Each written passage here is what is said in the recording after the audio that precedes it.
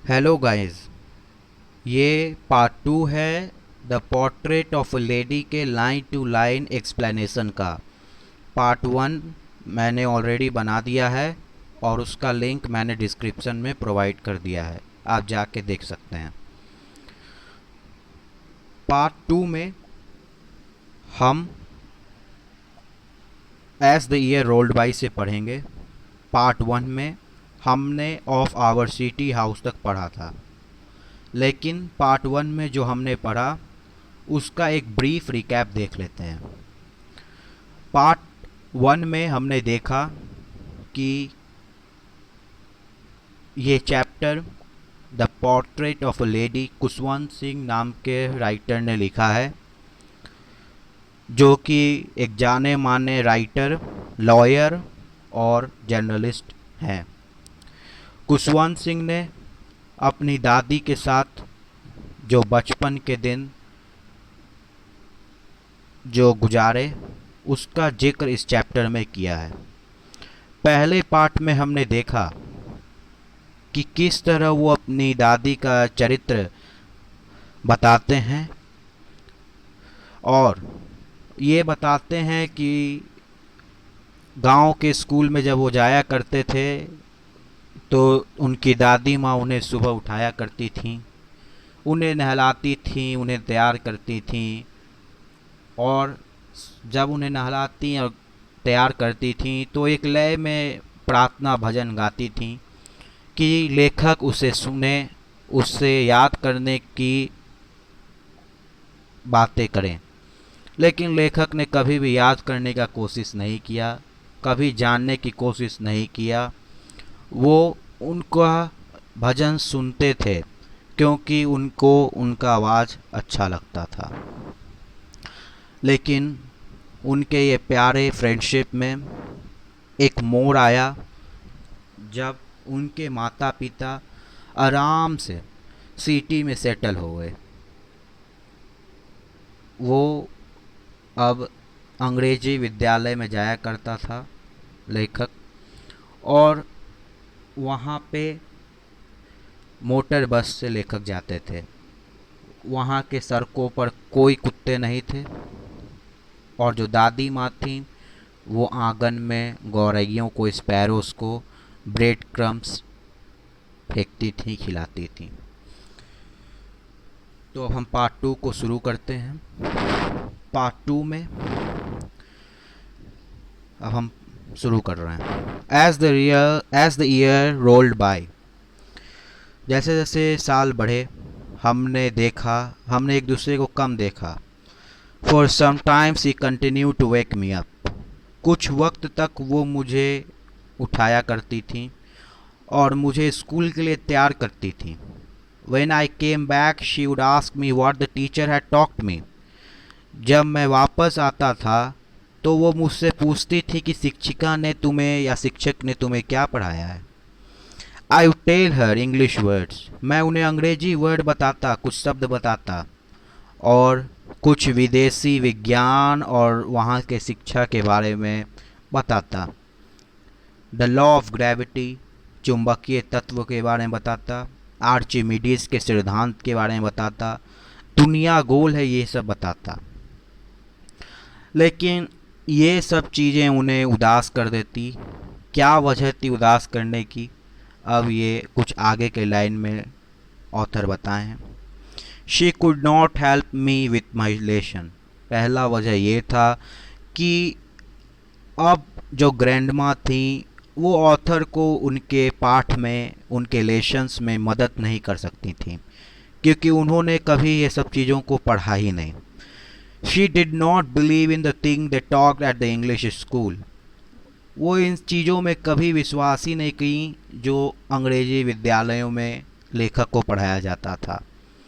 And was distress, और चिंतित थी कि इनके पढ़ाई में भगवान और शास्त्रों के बारे में कोई पढ़ाई नहीं है। One day I announce that we were being given music lessons, एक दिन मैंने बताया कि हमें म्यूज़िक की शिक्षा भी दी जाती है, और वो बहुत ही ज़्यादा चिंतित हो गई। She was very disturb, to her music had lived association, उनके लिए जो संगीत था वो अच्छे लोगों के लिए नहीं था, वो जेंटल फॉल्क के लिए नहीं था। यही अर्थ है यहाँ लिव्ड एसोसिएशन का कि वो जेंटल फॉल्क के लिए नहीं है। It was the monopoly of harlots and beggars, ये भिखारियों के लिए ये चीज़ है और इससे जेंटल फॉल्क पढ़े लिखे लोगों का कोई वास्ता नहीं है, कोई मतलब नहीं है। She said nothing but her silence meant disapproval, उन्होंने कुछ ऐसा कहा नहीं, लेकिन उनकी जो चुप्पी थी वो बता रही थी कि वो इसके पक्ष में नहीं है। She rarely talk to me after that, उसके बाद वो लेखक से बहुत कम बात करने लग गई। When I went up to university, जब मैं यूनिवर्सिटी चला गया, I was given a room of my own, मुझे एक अपना खुद का रूम दिया गया। जो हमारा फ्रेंडशिप का एक कॉमन लिंक था उसे भी छीन लिया गया। My grandmother accepted her seclusion with resignation, अब जो दादी माँ थी ऑथर की, उन्होंने सेक्लूशन मतलब कि जो लॉनलीनेस यानी कि जो अकेलापन था उसे उन्होंने एक्सेप्ट किया बिना किसी ऑब्लिगेशन के। विथ रेसिग्नेशन का अर्थ यहाँ यही है, यहाँ पे इसका अर्थ इस्तीफ़ा से नहीं है। She rarely left her spinning wheel to talk to anyone, वो कभी कभार ही छोड़ा करती थी अपना चरखा किसी से बात करने के लिए, बहुत रेयर चीज़ था ये। From sunrise to sunset she sat by her spinning wheel, सुबह से शाम तक वो अपने स्पिनिंग व्हील के साथ बैठती और अपने प्रार्थना को गाती। Only in the afternoon she relax for a while to feed the sparrows, सिर्फ दोपहर के वक्त में कुछ देर का आराम करती जिसमें वो स्पैरोस को ब्रेड क्रम खिलाती। While she sat in the veranda breaking the bread into little bites, जब वो वरांडा में बैठती तो वहाँ पे वो ब्रेड को छोटे छोटे टुकड़ों में करती। 100 चिड़ियाँ वहाँ जुट जाते और विचित्र विचित्र आवाज़ करते।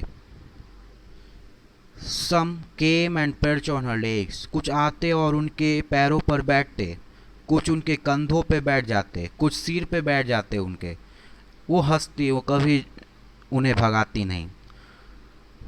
और वो जो आधा घंटा वो स्पैरोज़ और बर्ड्स को ब्रेड क्रम्स देती, उनका आधा घंटा सबसे अच्छा वक्त था पूरे दिन का। When I decided to go abroad for further studies, जब मैंने अपने आगे की पढ़ाई के लिए विदेश जाना निश्चित किया, I was sure my grandmother would be upset, मैं जानता था कि मेरी दादी माँ दुखी होगी। I would be away for 5 year, मैं 5 वर्ष के लिए जा रहा था। And at her age one could never tell, और ग्रैंड माँ के एज में कोई अपना कुछ बताता नहीं है दर्द। But my grand mother could, लेकिन उनकी दादी माँ ने बताया, अलग अंदाज में बताया। वो इमोशनल नहीं हुई। She was not even sentimental.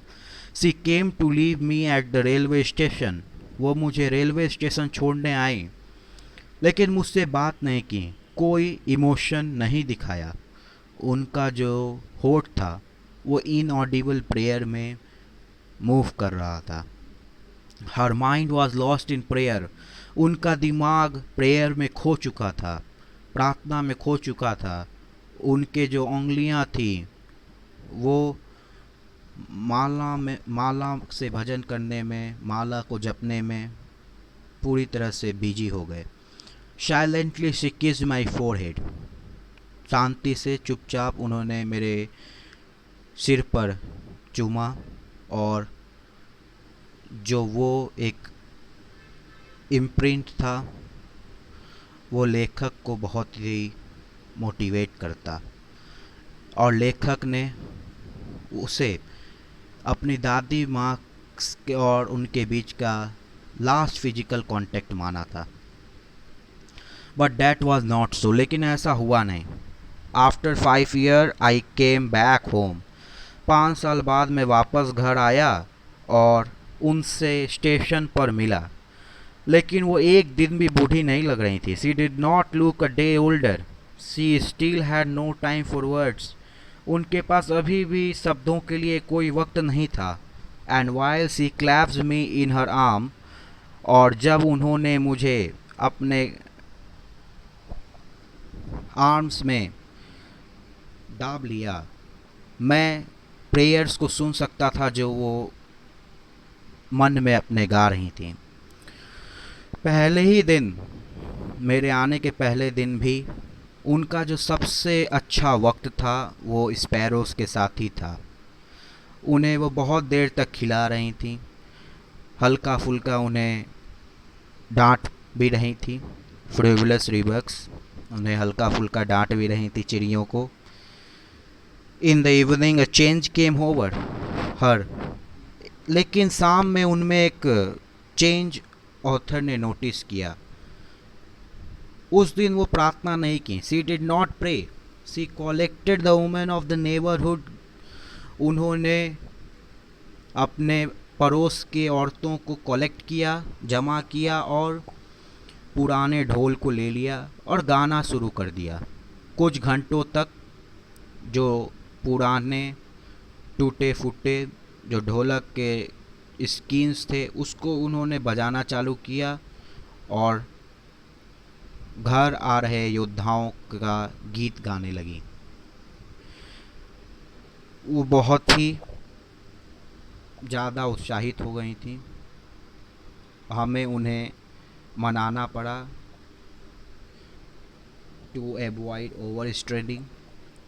That was the first time since I had known her that she did not pray. ये पहली बार था कि मैंने जाना कि वो प्रार्थना नहीं की। The next morning she was taken ill. अगले सुबह वो बीमार हो गई। वो हल्का फुल्का बुखार था। It was a mild fever and the doctor told us that it would go.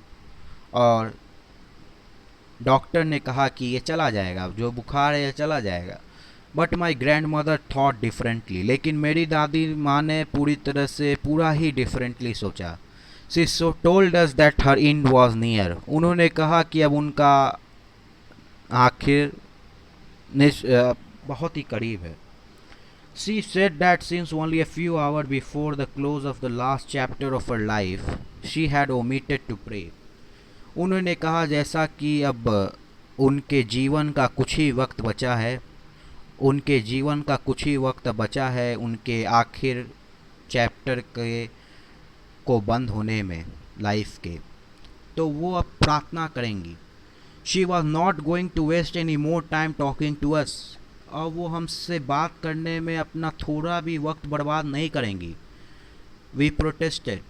हम इसके खिलाफ बोले, but she ignored our protest.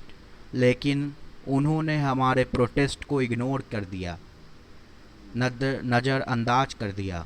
She lay peacefully in bed praying.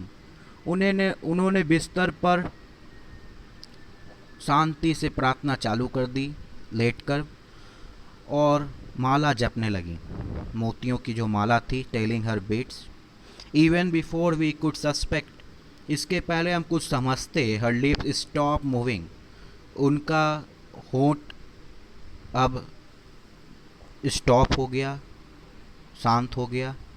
जो माला थी मोतियों की वो उनके अजीवित उंगलियों से गिर गया। एक शांत पीलापन उनके चेहरे पर बिखर गया, और हम जान गए कि अब वो मर चुकी हैं।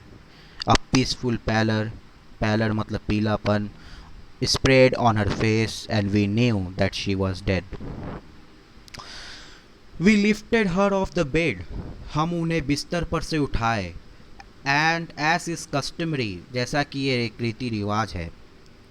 Lead her on the ground, customary का मतलब यहाँ रीति रिवाज है। हमने उन्हें ग्राउंड पर लेटा दिया। And cover her with a red shroud, और एक लाल कफन से उन्हें ढक दिया। After a few hours of morning, कुछ घंटों के शोक के बाद, वी लेफ्ट हर एलोन, हमने उन्हें छोड़ दिया। To make arrangements for her funeral, उनके अंतिम संस्कार के लिए कुछ तैयारियां करनी थी, इसलिए लेखक और उनके परिवार ने उन्हें छोड़ दिया कुछ वक्त के लिए। In the evening we went to her room with a crude stretcher.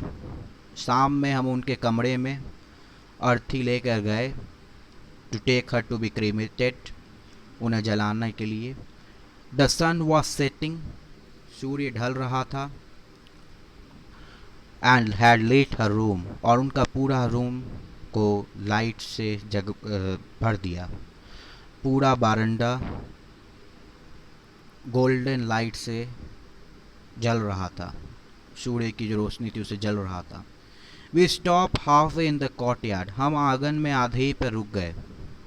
पूरे बरंदा में और पूरे रूम में, जहाँ पे उनकी दादी माँ का बॉडी था और जहाँ पे उन्होंने लाल कफन ओढ़ा था, हजारों स्पैरोज ज़मीन पर बैठे थे। कोई चहचहा नहीं रहा था।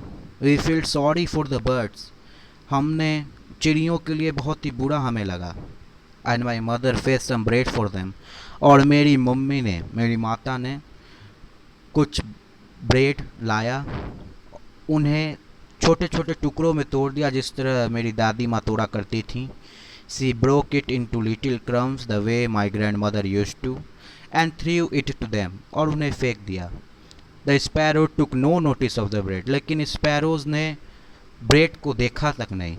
When we carried my grandmother's corpse off, जब हम अपनी दादी माँ का लाश ले जाने लगे, वो शांति से उड़ गए। Next morning the sweeper swept the bread crumbs into the dustbin, अगली सुबह जो स्वीपर था उन्होंने ब्रेड क्रम को डस्टबिन में फेंक दिया। यहाँ लेखक बर्ड्स और नेचर किस तरह शोक